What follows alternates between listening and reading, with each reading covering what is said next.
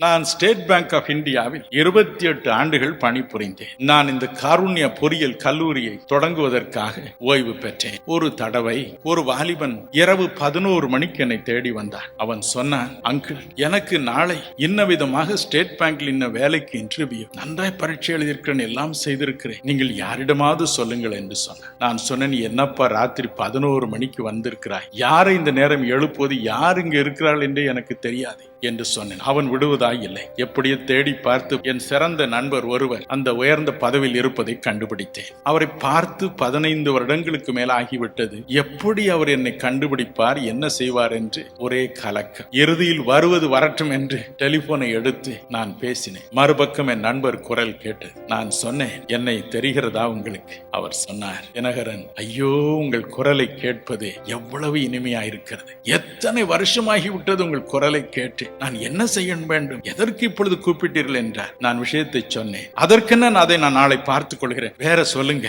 நீங்க எப்படி இருக்கிறீங்க, ஒவ்வொன்றாய் கேட்டார். போன கீழே வச்சிடாதீங்க, குரலை கேட்க எனக்கு அவ்வளவு இனிமையா இருக்கிறது, என்ன சந்தோஷமா இருக்குது என்றே சொல்லிக் கொண்டிருந்தார். என் அன்பு சகோதர சகோதரிகளே, என் அருள்நாதர் இயேசுவும் அப்படித்தான். நீங்கள் நினைக்கலாம், என்னையா சொன்னதையே திரும்ப திரும்ப நாம் கேட்கிறோமே, வேலை இல்லை என்றே கேட்கிறோமே, அவர் கேட்பாரா?